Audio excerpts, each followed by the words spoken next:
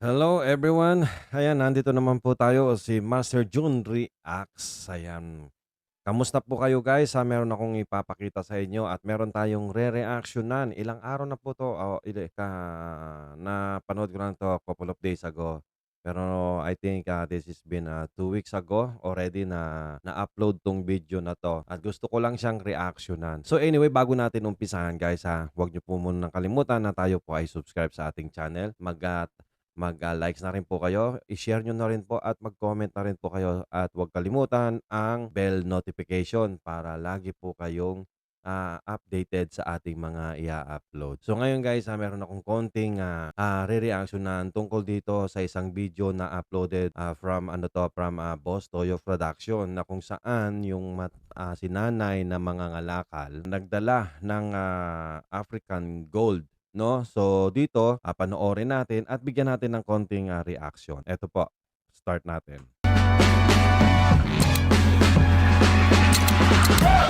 Nangangalkal po ako dito sa First Camarilla. Kinakalkal ko po doon sa basura na hindi ko po na-expect kung ano yun. May mga kasama po siyang mga basura. Ayan. Ako po kaya hindi lang po yun eh.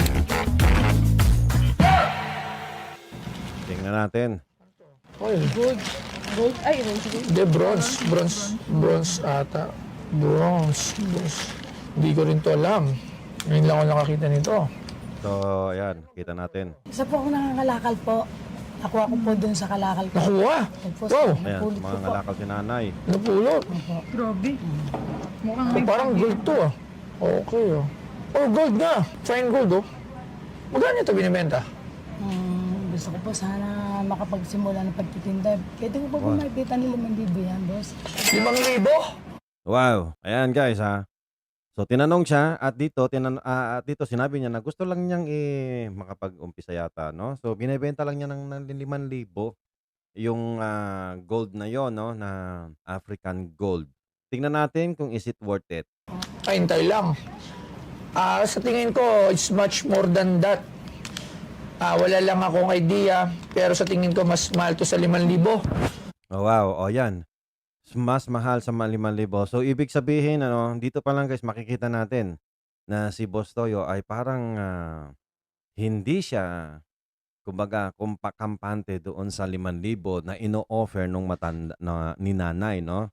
Na mga ngalakal na 5,000 lang yan. Nakrinig nyo naman, sinabi niya na it's much more than that. So, tawagan tayo ng expert kasi Ayan. dito pa lang kung Tatawag siya ng expert. actually kasi wala talaga akong alam sa coins. Meron alam, legal, pero hindi ako ganun kagaling. At least, So, di ba? ito, magbigat to. Transparent Fine gold siya. to is much more than that sa hinihingi nyo.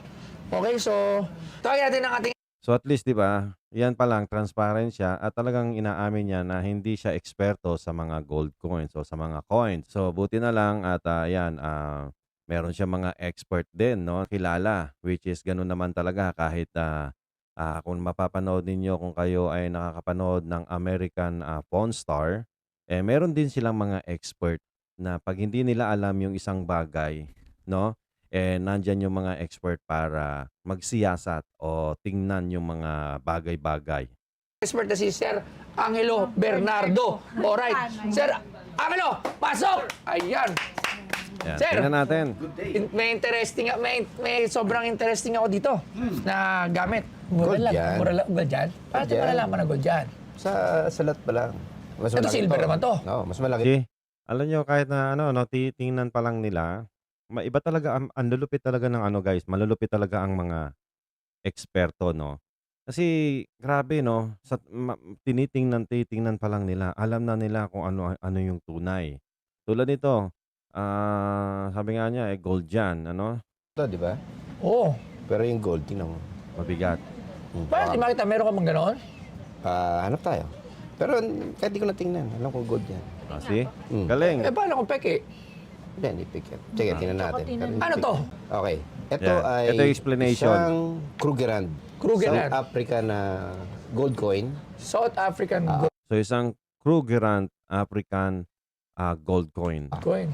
So gold talaga yan. Ano siya, sinimulang gawin yung mga Krugerrand noong mga 1950s. So, ginawa siya ng South Africa para i-promote yung kanyang gold Okay. Tsaka yung kanyang mint, gold mint, no? So, ginagawa ng mga tao dito, common siya. Common na gold coin to. Ako mo na gold. So, Common gold coin. Actually kahit ako 'no, hindi ko alam kung anong common. Anong pagkakaiba ng mga gold kasi ang alam ko yung mga carats lang. So dito binabanggit niya na gold coin na common gold coin. So pakinggan natin kung anong ibig sabihin ng gold coin na 'to, na common gold coin na 'to. pang-investment ito. Ayun, Ibig sabihin, pang-investment. kung ikaw, imbis na magtabi ka ng pera sa bangko, mag-ano ka, pwede ka mag-invest sa gold. So, ito, Okay. So investment. So ibig sabihin, parang kung matatandaan, kung alam nyo, kung ewan ko kung nakakita na kayo sa sa mga bangko, kahit sa mga TV, makikita ninyo sa mga balita, ay merong mga gold sa loob ng bangko, sa mga safety boxes nila, merong mga pinakikita. yung parang gold, gold play. Oh. Yung, Tinanong ko So instead na pera, kunyari ako, mag-i-invest ako ng pera sa bangko, instead na pera yung ipasok ko, gold. At least ngayon alam na natin. Ngayon alam ko na gold. Yan pala yung tinatawag nilang Tinanong ko, sabi investment, pang-investment. possible ba na swerte mo makalakal naman. to? Kasi coins Ang coins nawawala eh. Eto, Diba, ikaw nga, may nabili kang coin. eto. Ano naman yung isa? Mawaglit mo lang, wala na. Ito naman, Austria na Teresia Thaler, na may date ito, nakalagay dito 1780. Oh. Pero hindi talaga yan yung date niya. Ah. Kasi hanggang ngayon ginagawa pa to sa Okay. Austria. So pati okay. yan alam Parang niya, no? mostly, parang commemorative na lang siya or anong tawag dito? Iba talaga Pang pag mga souvenir. collector Pero kayo, silver no? yan. O silver. So, Silver ang yan. tanong, Sir Angelo, Move forward natin kasi hindi natin kailangan yan. natin, grams. pero ako ng timbangan. Dito malalaman ganda-ganda to na ya. Ha? Ha? Saka makikita mo, nakalagay dito, Oo, nakita ko nga eh. Fine Akala ko gold. kanina bronze. Nung malayuan. Buti hindi nyo ano pa sa mga Hindi ko po nang may alam kasi nakapagsabi parang sa points akin, lang. nangalkal lang ako ng ano sila sa Sir, ano po na. jackpot. Jackpot ka. See, naka-jackpot siya. Buti nga hindi niya nadala sa ibang mga pawn shop. Dahil kung hindi, nako, baka malamang hindi pa nabenta, hindi pa nabili yan ng 5,000. Nako, sige, tingnan natin. At least dito, hindi ko lang alam kasi hindi rin natin alam dahil ito isang vlog, so hindi natin alam kung ano yung talaga yung katotohanan. But let's see, panoorin lang natin at bigyan pa natin ng reaction. Uy, Oo nga. ilan? yan, 33 point something. Tama nga, galing 33.9. Sir Angelo. 33 Yan, point okay. something. So, Alam mo bali yan around kasi 34. nakakuha rin ako recently ng Ilang karat ganyan. yan? Ilang karat to? Well, ang 91 point something is one yata yan. Hindi ako nagkakamali. See, alam nyo, Wait, ako hindi ko alam yung mga ganyan. 99.9. Kasi hindi naman ako collector eh. 24. Hindi naman rin, So, parang hindi rin tayo 21. mahilig So magkano ang kalaga niyan? Ng mga gold. Dito muna tayo, madama. Kasi may binabi siyang price sa akin. Sabi ko una pa lang, imposible. Kasi nakita ko, kung totoong gold to, imposible. Magkano yung price? Ano yung price? Ayoko muna sabihin. Okay. Okay, sige. Di natin sabihin kung magkano niya lang binibenta. Sige. Ito. Ang benta ko nito sa shop, mga 1,000 to 1,500. Depende sa Oh, condition. 1,000 to 1,500 to. Di naman sama, So ito, 1,000 pwede ko itong bilhin ng 1,000. 1,000. O, 1,000 na eh. may 1,000 Okay? na siya. So, Okay. we're getting there. We're So, getting there. Ito naman, Ito, akala ko yan lang sa mga pangbagong taon eh. Yung yung chocolate. lucky chocolate. O, lagay natin Lagay sa natin? coins. Oo. So, tingnan natin. Sure ka na gold yan, ha? Gold dito. Gold. Okay. Yan, sa unang unang salat mo pa lang, gold. Kung bronze ito, mag-aang pa dito yan. Kasi sabi ko yung kulay, akala ko kanina, parang basta so tinignan ko, may nakalagay nga na fine gold. Fine gold nga. Mali lang yung spelling. Gusto ko makakita. FYN eh. Nakalagay fine gold. Ano ko ano yung mga FYN. offer sa kanya. Gold, tama. Fine gold. Hindi nga L eh, fine gold. Fine gold, nakalagay yung fine gold. Tapos 1 ounce fine gold. Magkano yung ganyan? Baka ako alam ko Ayan, tingnan magugulat natin. sila na dito. So ito, fine gold siya. Sinusunod niya, dahil nga common siya na gold coin. Aha, common gold. Halos walang collectible value to. Oo. Sinusunod lang niya yung gold. So wala daw collectible value. So parang tayo guys, pag nag-isang mga 'di ba? Ang mga collector kasi kung ikaw mahilig mag-collect, the more na mag-collect ka ng isang bagay, tulad ng kunyari mga antique. Okay, habang tumagal ay nagmamahal yung mga antigo na 'yon, yung mga bagay na 'yon, ng mga tinatago natin. So itong gold na 'to, since na it's a common gold, so hindi siya collectible. para tumaas ng tumaas yung kanyang presyo. So dito panoorin natin. prices. Kumbaga, hindi siya collectible item, pero dahil gold siya, gold price siya. Ayan. So Okay. hindi siya collectible pero kung ano yung price niya is susundin yung presyo ngayon, kung ano ang bilihan o presyo ng gold ngayon sa panahon ngayon. Gold price. So, Gold So, price. kung sa 33 grams, sa 33 grams, 34. Parang 33.9 alas 34 na, 33.9 So, magkano? grams. Roughly, in peso term, between, hindi ko, top of my mind lang, yung last na chinek ko yung gold value, siguro between 100K to 110K. 100K! 100K! Wow. Pero siya, So anyway, no, ako kasi ni-research ko na rin tong gold coin na to kasi ako talaga hindi ko rin alam 'yan. So kasi may mga nabasa rin ako sa mga comment section dito sa video na to na yung iba maraming nagsasabi doon sa comment na dapat worth of 1 million, worth of 50 million, 100 million, o worth of basta malalaki. So nung ni-research ko dito sa amin at ang mga presyohan talaga niya ay nasa $2,000. $2,000, meron pang $3,000, meron ding $1,500 US dollar. So let's see. So yung sinabi niya rito na pumipresyo siya ng 110 or 100 to 120 yata, 110. pre, hindi ko yung bibili ng 100K, 5,000 pa rin. De, joke lang. So tama lang 'yon. Tama lang yung presyuhan kahit sa no. So magaling tong expert na to. Bigay natin kay Nanay. Dahil lang, Pagdating niya. 100K bentahan ba yun?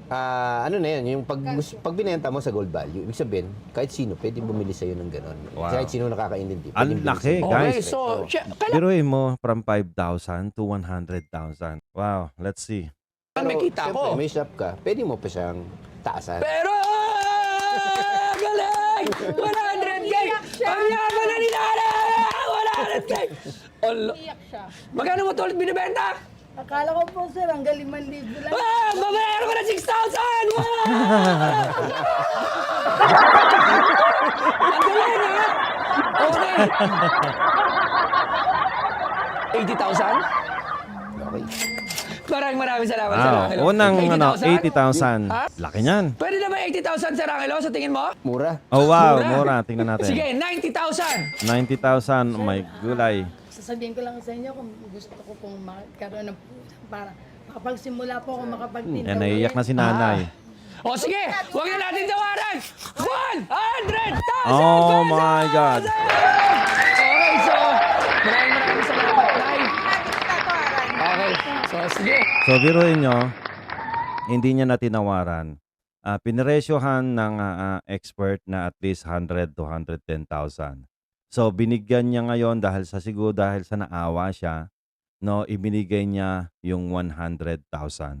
So napakaswerte ng ni nanay, no, na instead na 5,000 lang yung mabebenta niya o makukuha niya, inoperan siya from 80,000 to 90,000. Now, wala nang tawad, 100,000. Which is okay lang kung 100,000 kasi nga naman pwede niyang ibenta ang gold coin na yan ng at least 120,000 to 150. 150. So kikita pa rin siya. So overall, walang nalamangan at walang nanlamang. Doon sa mga nagko-comment doon sa video na yan. So i-research po natin kasi yan po talaga yung anong tawag nito, presyuhan yan. But at the same time, magpasalamat tayo kasi kahit papaano natulungan yung matanda ni Boss Toyo. Kaya